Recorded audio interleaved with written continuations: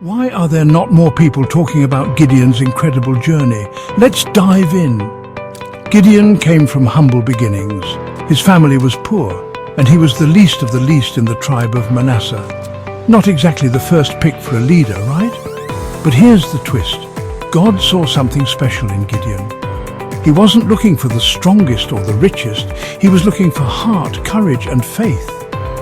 Despite his doubts, Gideon answered the call.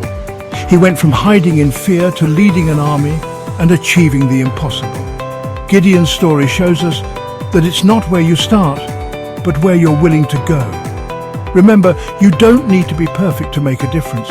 You just need to be willing to take the first step. So what's your first step going to be? From zero to hero, Gideon's journey is a powerful reminder that greatness often comes from the most unexpected places. I remember a song that we used to sing a long time ago. It says, I'm looking for a miracle. I expect the impossible. I see the invisible. I feel the intangible. I'm looking for a miracle. I expect the impossible. I see the invisible. I feel the intangible. And then the song goes and says, the sky is the limit to what I can have. The sky is the limit to what I can have. Just believe and receive it. God will perform it today. Just receive and believe it. God will perform it today. And so I remember that song we sing a long time ago. And then we go on a song and so say, I expect a miracle every day. God will make a way out of no way. I expect a miracle every day. God will make a way out of no way. Just believe and receive it. God will perform it today. Hey, hey. Just believe and receive it. God will perform it today. Okay. I can do all things through Christ, which strengtheneth me. God called Gideon. The story of Gideon demonstrates that God can use anyone to do great, even impossible works. God alone knows the full potential of each individual. We must believe that God knows what we're made of, what's in us, He put it in us. And at any time, He can allow what's in us to surface or come to the surface to be what God wants us to be.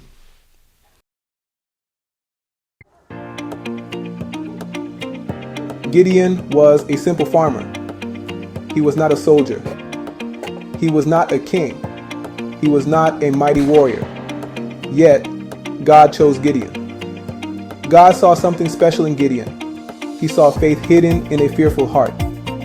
God saw courage waiting to be kindled. The Midianites were Gideon's giants. They were fierce warriors who terrorized Israel. They outnumbered the Israelites. They were a powerful enemy.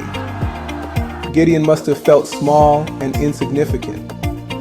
He must have wondered why God chose him. God had a plan. He told Gideon to gather an army. 32,000 men responded. But God said, too many. God wanted to show His power. He wanted no doubt that the victory was His alone. God instructed Gideon to reduce his army. He used unconventional methods.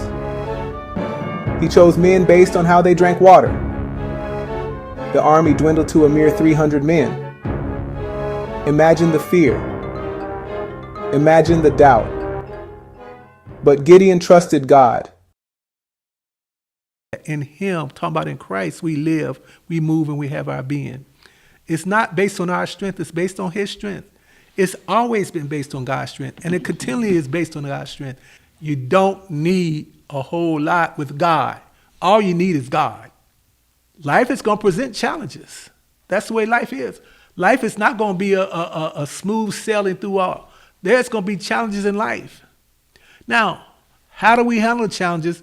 That's on us. And then how do we engage God with these challenges? That's even more on us to look to Him to get us through the challenges. And no challenge is too big or too small not to make God a part of it. Everything that we deal in life that's a challenge, God should be a part of it, no matter how small it may be or no matter how large it may be. We want to make sure that God is our general. He's in front of whatever challenge that we must face. Gideon's story is our story. We all face giants. They might be fear, doubt, or impossible situations. God asks us to trust Him even when it doesn't make sense. He asks us to step out in faith even when we feel inadequate. God doesn't need our strength. He wants our obedience. He wants our trust. When we surrender to His plan, He can achieve the impossible. Remember Gideon's story. Remember the power of faith. Remember, victory belongs to God.